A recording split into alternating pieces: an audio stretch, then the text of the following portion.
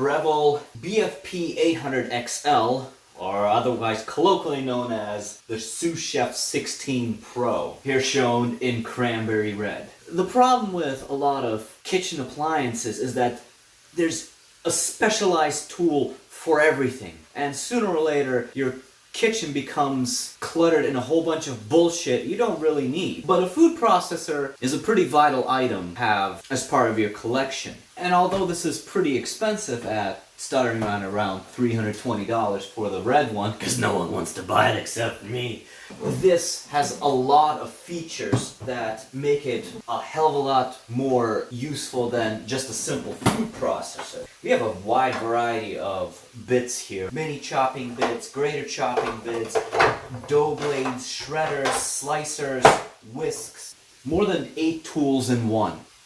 At 1200 watts peak power, this will chop through just about anything. If you're wondering about the brown stain, that's because I tried to chop some cinnamon sticks in here. They got caught and kind of dragged. Features are pretty simple. Power on and off, start, stop, pulse, and a timer.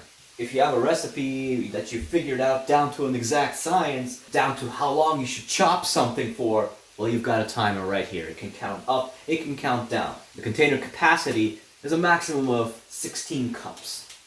That's for shredded things. For everything else, it's 12 cups. Going further, you have this. A very conveniently sized mini container that can do up to 2.5 cups. If you have multiple things you need to use a food processor for, you can use a small one followed up by the big one. It is built like a brick shithouse. Very heavy. The base is made, as far as I can tell, of cast iron or steel. So it's incredibly heavy. And that is important for how stable and quiet this thing is. It is a very handsome device. And that is also important. You want function and design, especially at this price point. Let's use this absolute unit to cook with. I'm gonna make some squash noodles. Doesn't have a spiralizer, but that's okay. I'm gonna julienne them. And these are just organic green and yellow squash. And you can tell it's organic because it's already rotting. Hey, wait a minute. I'm gonna use this disc right here. It looks very similar to the one for the French fries, but you know it's for julienning because they mark it. Alright, gonna use the big container, disc spindle, bing, bong, rotten end off first.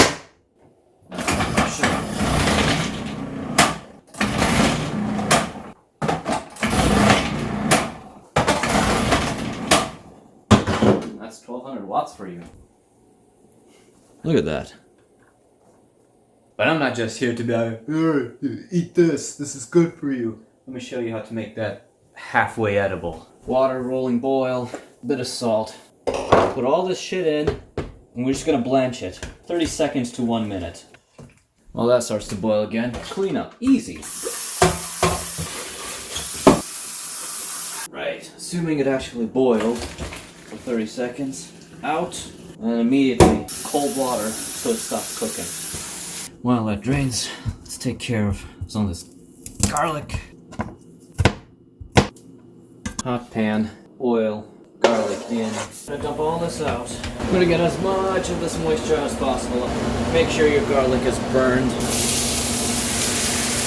I'm not gonna keep it on the heat for much longer than 90 seconds. Cover up that squash taste.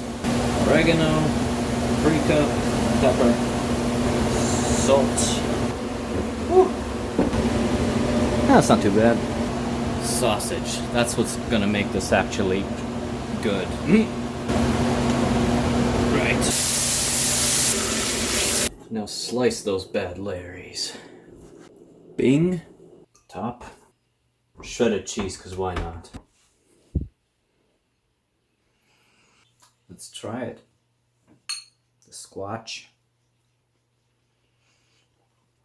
It's alright.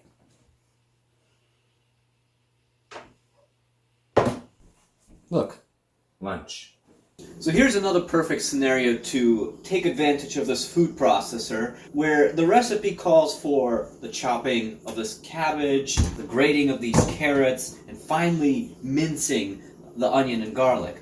My knife skills suck and this would take forever, but with this, I can keep being a woefully incompetent chef with no knife skills. I'm going to mince the garlic and the onion. I'm going to use this insert. This is for smaller batches. And I'm going to use this mini chopper spindle. As for chopping the cabbage, I'm going to use this slicer attachment. And it's an adjustable one, so by turning this dial, the blade moves further apart, moves closer inward. For shredding the carrot, I'm going to use the grater attachment, and it's double-sided. This side has cutouts for larger pieces, and this one has cutouts for finer pieces. We'll start with the garlic. I have the small spindle in here, the small bowl. That's what I'm going to chop it in. Lid on, power on, and start.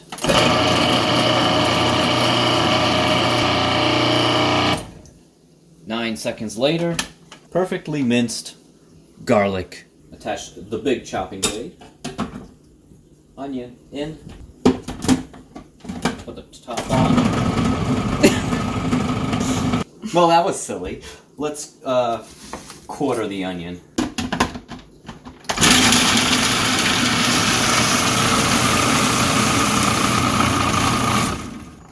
Beautiful. And in less than 10 seconds, perfectly minced onion. I don't have to use some no-name brand spatula. I can use a Breville brand spatula, just like the Breville gods intended. Alright, next up, cabbage. We're going to use this slicer. I'm going to put it on setting number 4, nondescript units. Spindle, in. Reduce this cabbage a bit down to size. Feed it in. It's nice how it automatically starts as soon as you put the hopper back in.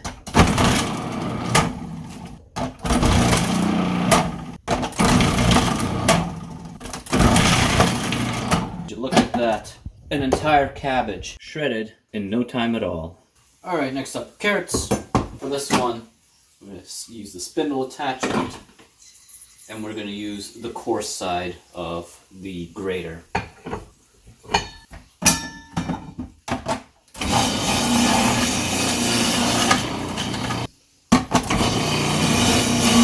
It probably would have been more efficient if I put it through this hole here. Alright, well, good enough. That's for me. Me. Let's rumble then. 3 cups chicken stock. 1 tablespoon fish sauce. 2 tablespoons of flight. That to a boil. Meanwhile, medium-high heat. Oil. Skillet. Garlic. Onion. Fry. Shrimp in. Well, this is cooking 4 or 5 minutes. Once no longer translucent, that means they're about done. Take them out of here, set them aside. Bing. Now then, same skillet, oil, cabbage in. 5 minutes. Now my shrimp turned out to be particularly soupy, so I'm gonna just add some of that soup in here. Rice noodles for stir frying. Remember this? Should have probably done this much later in the process. But while it's boiling, noodles in. How many, you ask? Well, however many you want. It's your life, man. Come on. 5 minutes later, combine it all. Shrimp in, cabbage, and carrots in. Stir fry this until the liquid is gone. About 8 to 10 minutes. Maybe next time consider using maybe half the cabbage. This is ridiculous. And that was a small cabbage. And not to forget, add some oil so that this actually fries. Add more soy sauce if you feel it's not salty enough. Add some lime juice. Don't be shy with some scallions to top it all off. Looks good enough. Ooh, hot. Oh, that's damn good. That's pretty damn good. That's a hell of a lot better than that squash recipe I did earlier. Alright, so we've seen it make some mediocre meals. Now let's make a dessert. We're gonna make a favorite of mine, and that's French toast. We're gonna use this whisk blade, or whisk, to make the French toast mix. Whisk onto the spindle, and spindle into the bowl. The mix is pretty basic. We got egg. Oh, look at that. One-handed operation! Ah! Bit of milk, eyeballing it. Vanilla extract, and some cinnamon.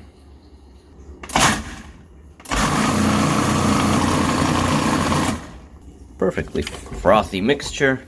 Now who wants some whipped cream? That's right, me! Dough blade, no spindle. It stands alone on its own.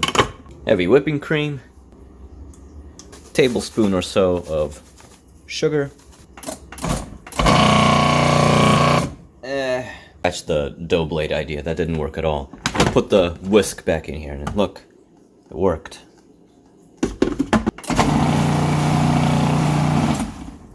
Start heating up your pan. Take your French toast mix, put it in a plate. Take your favorite bread, nice thick slices. We're gonna put them in here and let them soak. Be sure to soak both sides. On about medium heat with your favorite oil, butter, or ghee. Smoking a bit, chuck them on. And then flip it. Yeah, that looks pretty good. Alright. Get this first one out of here. Bing! Beautiful. Now then. Go crazy. Go stupid. Yeah. Let's give it a try.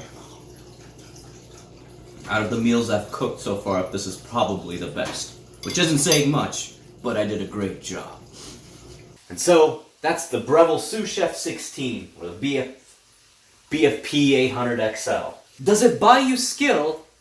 Not really. But does it buy you an incredibly versatile and useful kitchen assistant? Yes. I've had this for over 3 years now, and it doesn't really show any sign whatsoever of wear and tear. If I had to criticize something, that would be where the spindle connects here at the top. For some reason, I don't know if you can see it, but it kind of melted the plastic the first time around that was in here. I don't know whose idea it was to put plastic into a high friction surface. That's really the only gripe I can think of, other than it being bulky and heavy, but that's kind of the point.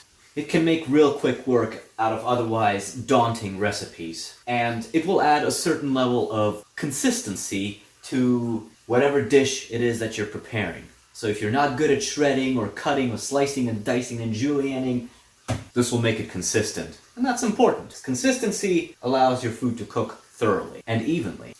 And that's all I've got to say about the Breville Sous Chef 16. I'm just an average home cook. I'm no Paula Deen, I'm no Gordon Ramsay. far from it, actually.